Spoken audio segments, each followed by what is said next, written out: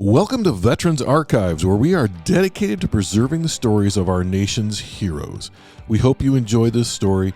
Be sure to hit that subscribe button, like and share our videos. Check us out across all social media. Be sure to like and share those pages as well. And for more information, go to www.veteransarchives.org. Good morning. Today is Monday, May 5th, 2025. We're talking with Jim Hock, who served in the United States Army. So good morning, Jim. Good morning. Great to see you. Thank you. So we're going to start out easy. I'm just going to ask, when and where were you born? I was born in Muskegon, Michigan, and that was in 1943. Okay, so did you grow up in Muskegon? I was actually from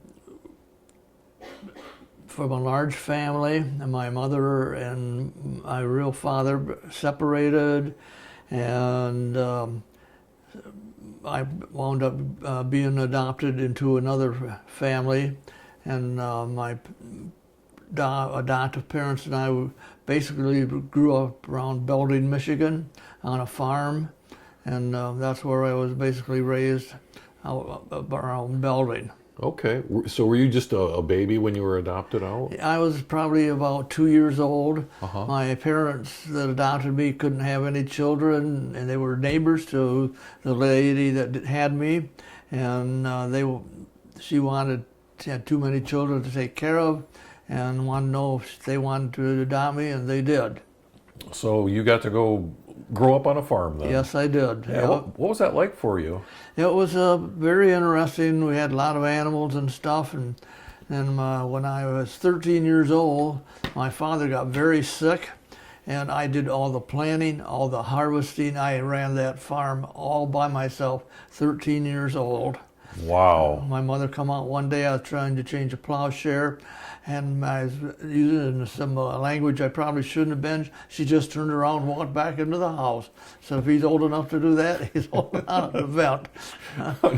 Oh, no doubt. So you didn't have any other brothers and sisters at your adopted family then? Nope, I was an only child for them. That's a lot for a 13-year-old kid. It was, yeah. But I can tell you have a lot of pride in it. Oh, yes, it was, when I got to take my driver's license, it was no problem because I'd driven everything you could think of almost by that time. Well, yeah, and you could drive a stick shift too. Yes, I could. I always told my kids, if you can drive a stick shift, you can drive anything. That's right. Absolutely. Yep. So what kind of farming did you do? It was just crop farming basically, and we had dairy cows and a lot of different animals and stuff. So yeah, one day my Dad was carrying a bucket full of eggs back from the hen house, and we had a banty rooster, flew into the bucket of eggs, broke most of them. Guess what we had for Sunday dinner? Did it have a name? Probably. My dad called him many names, but it was a banty rooster. Oh my gosh! Wow. So you basically had to be the man of the house and kind of run things. Yeah, for that 1 year I did. Yeah. Then my daddy did get better. And, yeah. Came back and took over. Was that hard for you for him to take over since you had that whole year kind of running it your way? I think I was kind of relieved. Yeah. I had other things I wanted to do at that age. Yeah. So you were in school then? You went to? Yes. It was at a little country school. Mm-hmm. Yeah. Now was that like a K through 12 school then? K through 8, I think it was. Yeah. Okay. Then we went to high school from there. Mm-hmm. Did you go to Belding High School? Went to Belding High School. Okay. Yeah. And my wife at that time lived just down the road from us. We both had horses growing up, and so, yeah. Oh, so that's, I mean, if you think about it, like I know kids today are like, oh, horses, that's a lot of fun, but that was kind of a necessity. Yeah, it kind of was, yeah. Yeah, but you still had to got to have a good time. Oh, yes. So was there anything in school that you really enjoyed? I enjoyed sports. I participated in sports and 4-H. We did that. So, yeah. Okay. And what kinds of things did you do in 4-H? Well, just mostly like what things farmers do, have shows for the animals and things like that. Okay. All right. Been to a few 4-H shows myself, but like the county fairs. Yeah. So it's always my daughters showed horses, Okay. so they really Yeah. they enjoyed that. And so you made it through school then? Did you graduate? Yeah, I graduated from Belding. Unfortunately, my wife, her father passed away as she was in. We were in 8th grade in country school, and so her and her family, they moved to Alma, where her mother's sister lived, and by the Masonic home. That's where her mother went to work, and so we kind of dated back and forth between Belding and Alma. Finally, one day I says, "This is costing too much money for gas. Let's get married." How romantic. That's so funny. Yeah, there was no cell phones and no email back No, then. not back then. No. Not at all. So yeah. So how old were you when you got married? Let's see, I was 64. Okay. Yeah, 1964. We just had our 61st anniversary here this year. Well, congratulations. Thank you. That's amazing. Uh-huh. Yeah. Especially with that romantic ask Yeah. for her. So you got married right away, and then so 64. This would have been right at the beginning of Vietnam, or kind of at the middle. It must. I'm not sure if it was at the beginning or. Okay, so we're talking about the Vietnam War. So you've graduated and you're married now, Yes. and the war's going on. So were you drafted? Okay. I was working at General Motors at the time, full time. I was going to college full time. My wife and I were trying to have children, and things that this was 1966 at this time, and things didn't happen. And so I dropped down to part-time student one term because my grade point. I was trying to get my grade point up. And then we moved into another apartment. We didn't even have the boxes unpacked. I got a letter from the draft board. I had to report I was being drafted. Wow, they didn't waste any time. That was in 1966, yep. Yep. So then I moved her up to Alma, where her mother, and where she used to live at that time. And that's when I reported for my training at Fort Knox. Okay. I mean, it was a crushing blow, but anyway, that's when I left from my basic training.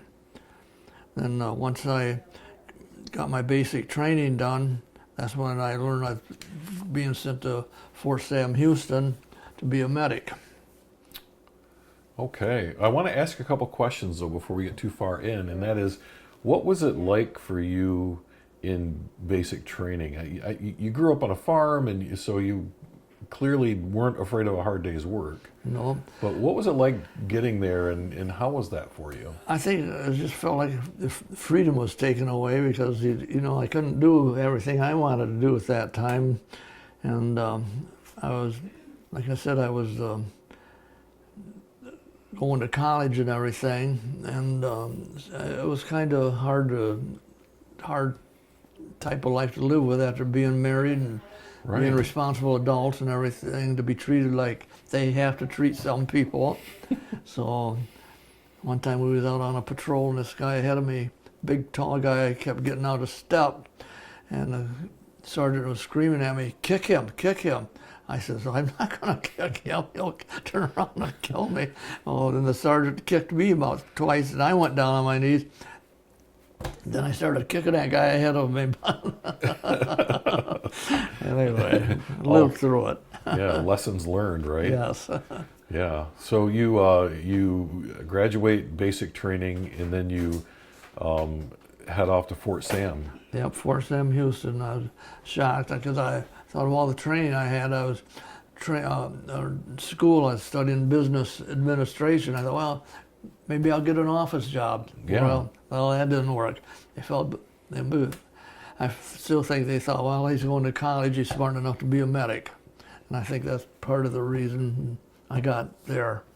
So this whole experience so far, everything's been chosen for you. You haven't really had any choices in any of it. And I was, like I said, I was very apprehensive about this because I knew medics that the enemy would shoot somebody and wait for somebody to come out and help them. That would be their next target. Right. So, Right. So, what was Fort Sam Houston like for you? oh, it was very interesting. I mean, obviously, I learned a lot of things that I used for the rest of my life. Actually, I helped save lives after I got out of the service too, from the training that I had. Uh-huh. And so anyway, but I got out of after my medical training. I found out I was going to the 1st Infantry Division as a combat medic, and I was very scared. So anyway, I said I had a couple of weeks to leave before I left for Vietnam, and I'll never forget my wife standing on the runway, brown coat, fur collar, and I knew when I kissed her goodbye that I was never going to see her again. I just knew it. Yeah. So it was awful. How did you deal with that? Because you had, it's not like you have a choice. You have to go. No. But you're terrified all at the same time. I said, like I said, I could still see her as I looked out on the window of the airplane, and away we went. Yeah. It was a long, long flight to Vietnam. We landed at Benoit Airport, and it was nighttime. They had us pull all the shades down on the windows as we was coming in for a landing, and they kept high altitude. When we landed, it was like we took a nosedive to the runway to avoid enemy fire. Good old combat landing, I think is what they call it. Yeah, it was definitely, it was a combat landing. Yeah. So, yeah. And then it was, after we got landed, we was given our unit assignments, and I found out that I was going to the 1st Infantry Division, and I was assigned to the 1st and 7th Artillery, which was 105 howitzers. And I said, for the first time, I felt a glimmer of hope that I might get home alive, as I wasn't going to an infantry unit, but we was in support of them. So then it wasn't long after I got into Vietnam that one of our medics got wounded, and I had to go out to the file to replace him. And he was a big, tall guy, and he took a lot of shrapnel in his back. I don't know if I would have survived had it been, my taking all that. Right. And that's when the first casualties I had to work on was the worst I had the whole year I was there. It was an artilleryman. He was on his 2nd tour in Vietnam. He was carving his initials into a 105 howitzer with a screwdriver and a hammer, and it exploded, injured him and 2 others. And when I got there, they were both, everybody was yelling for me to help them, and they were all blood from their waist up to their helmet, because we had flak vests, but nobody wore them. Right. Right. And so anyway, the one guy, he had his broken arm, and he had two spots broken arm. One eye was hanging out. It was bad. And like I said, I felt like I was the most inadequate medic in the world at that point in time. And I was trying to do what I was trained for, and a person kept getting in my way. I told him to stay out of my way.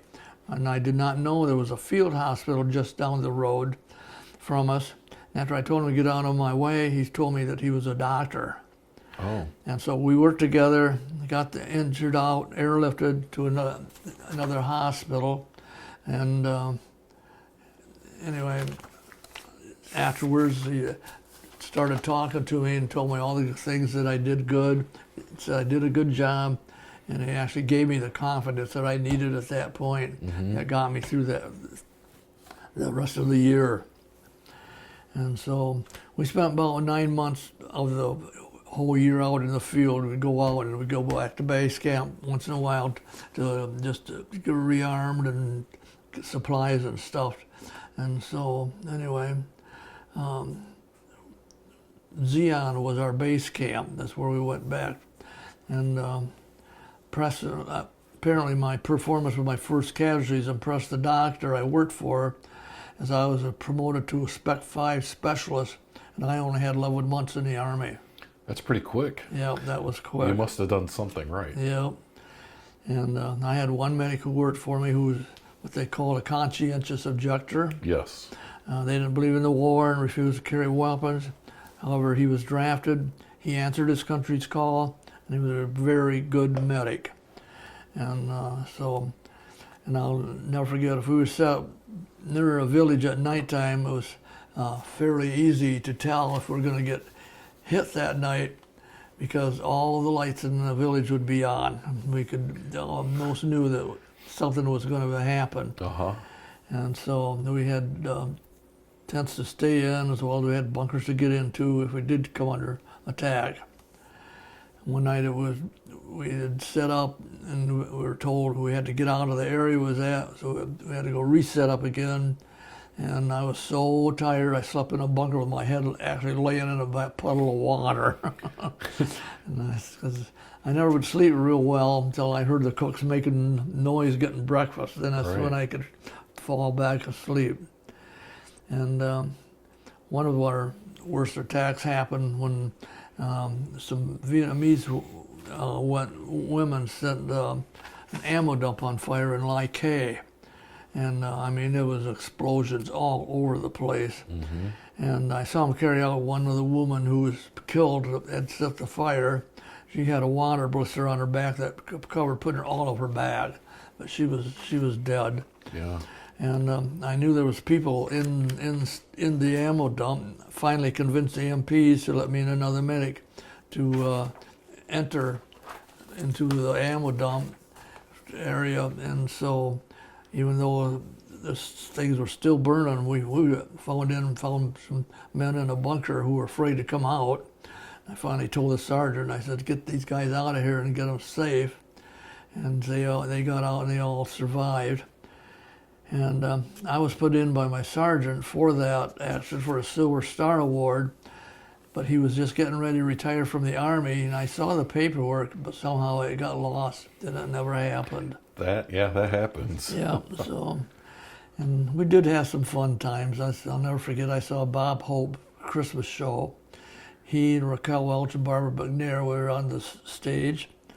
I remember Barbara McNair singing a song, I Am a Woman, like there was any doubt among the 200 GIs looking on the stage. Yeah. What about Raquel Welch? She was quite something. Oh, yes, they were both beautiful. Yeah. And then one other time was back in our base camp, and we had a barracks brawl. Somebody hit me hard. I was lying on the floor, and I couldn't move, but I could hear what was going on. And I heard someone yell out, "Go get the medic." Someone yelled out, "He is the medic." Oh, no.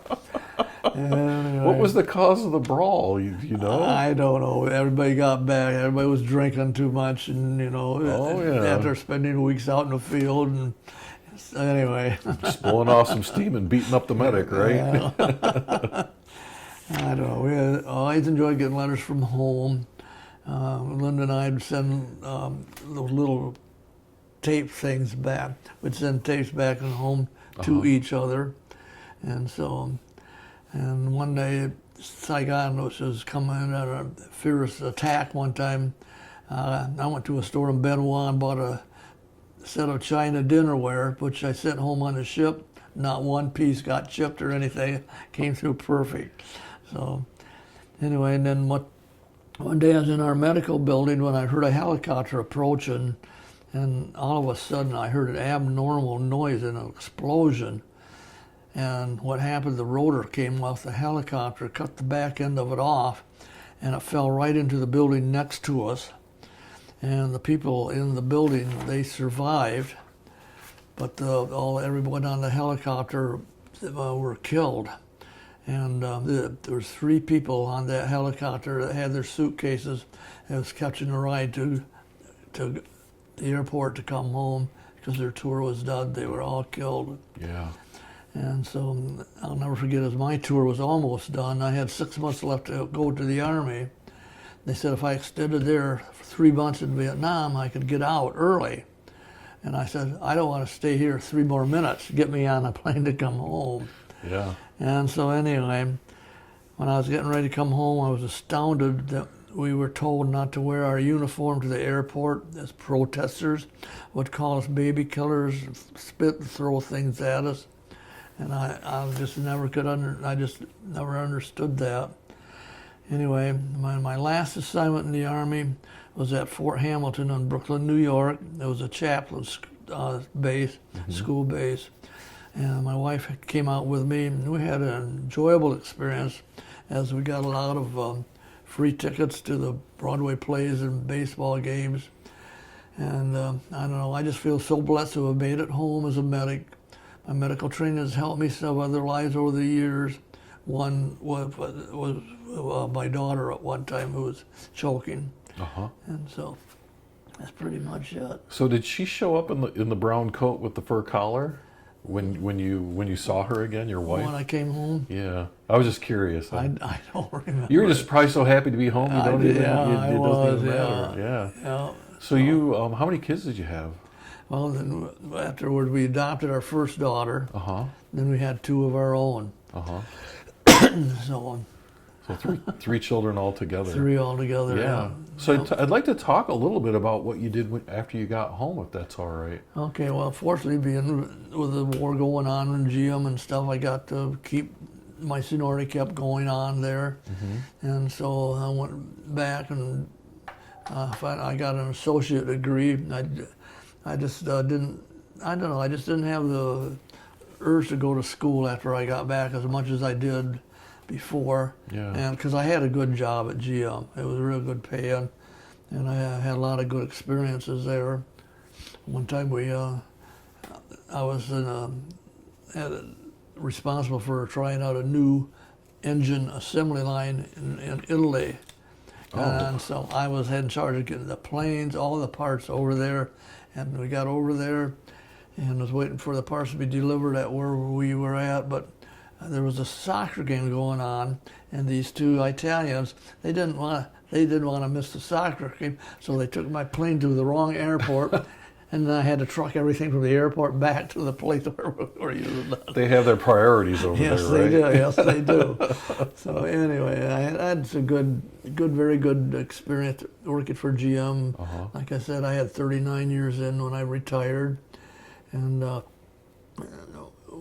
when we got back, this is where we finally bought our first houses right here.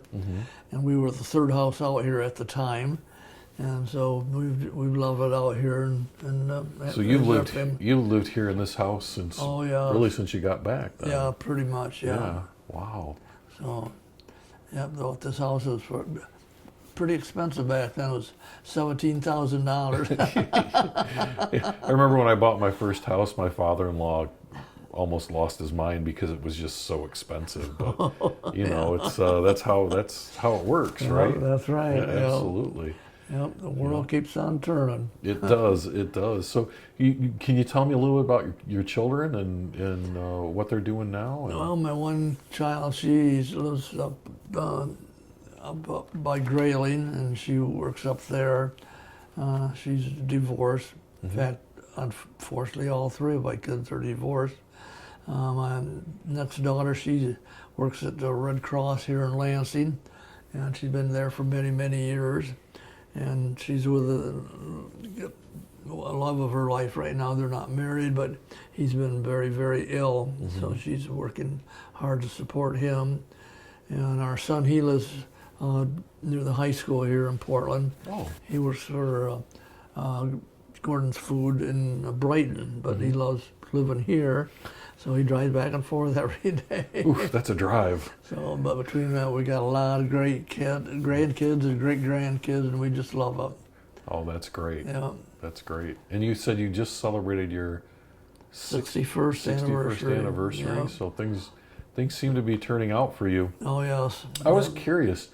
Did you ever find or meet up with any of your siblings from your birth mother? I had one sister. Okay, my birth mother, when I was born, her husband was in this service in World War II. He was overseas. Come home, he had a surprise. I was there. And So my first name was Leffering. Well, he forgave her and adopted me to his name, which was Goodwin. Uh-huh. He got deployed again. And when he came home, I had another baby's sister. Oh. And that was the end of that. So that's when they separated. And so that's when I got adopted to my third name, Hock. Okay. I have more last names than a lot of ladies. So Yes. anyway, but one of the sisters, my youngest other sister, she got adopted out too. And she died of cancer. Well, one of my other half sisters knew where my mother and dad knew where I was at. So she said, we're going to find Jim. And they found me. And so I kind of had some relationship with them but there was kind of a different family. Yeah. And anyway, then since that sister passed away, I haven't really had any contact with them, but it was quite an experience. Oh, I'll bet. And also, you served in the Michigan National Guard. Yes, for a while. I served over there in Grand Ledge, Uh-huh. and I served in the medical department, and because I knew my training would get me a good job over there, and I enjoyed it for quite a while. But after a while, between working and overtime and everything, it just became a little bit too much. Excuse me. So did you go to Camp Grayling for training when you Yes. were there? Okay. Yep. Yep. So was this in the 70s or the... Oh, go ahead. Let's see. About, I think, yeah, it was in the 70s. Yeah. Oh, okay. So the 1970s. Can you... I'm just curious. I served in the National Guard myself, and a lot of people I interview served in the Guard. What was it like in the 70s to serve in the National Guard? Can you talk a little bit about just some of your experiences there? Oh, I don't know. I mean, I don't remember a whole lot about it. It's, Yeah. I enjoyed the summer camps, enjoyed the friendship and the camaraderie that you have. And then, like I said, I had one neighbor that was a helicopter pilot in Vietnam. He was over there, so we made a lot of friends and stuff. So A lot of shared experience, yeah, that kind of yeah. thing. Okay. All right. Was there anything that we haven't talked about that you'd like to talk about? No, I don't know. I just worried about the way things are going on in the world today. Uh-huh. And I don't know. I just can't figure out what's going on in the world today. I think a lot of people I talk to feel that way. Yeah. Absolutely. Absolutely. And I always felt that all the lives that were lost in Vietnam, you know, we didn't win the war, I always felt, because they didn't let us. You don't beat somebody when you wait for them to come into your own area. I always felt if we'd have went north, and we could, I don't know if that would have been right or wrong. Yeah. We could, but Things might have been different anyway. you know, yeah. I had a neighbor boy that I grew up with. He was killed in Vietnam. Yeah. So. Well, what was it like? So you served, you were in Vietnam, you came home, you kind of went on about your life, and then we left Vietnam, and we didn't really leave under great circumstances. No. What was that like for you to kind of see that happen after having been there? Again, I just felt what a waste of 56,000 lives. You know, that was they're gone. There's nothing you can do about it. Right. So. Yeah, a lot of young men. Yes, there was, and I felt just so lucky that I could have been one of them. Yeah. Well, like you said, when you were getting on the plane, you felt pretty certain that you weren't going to come back. Yep. Yeah. But you That's did. That's right. Yep, but I did it. You know, it was hard. Yeah. Well, and here you are. You had a great career. You've raised a family. Yeah. You know, you've been married to your wife for a good long time. Yeah. And, living out here in Portland, by the way, it was a beautiful drive out here.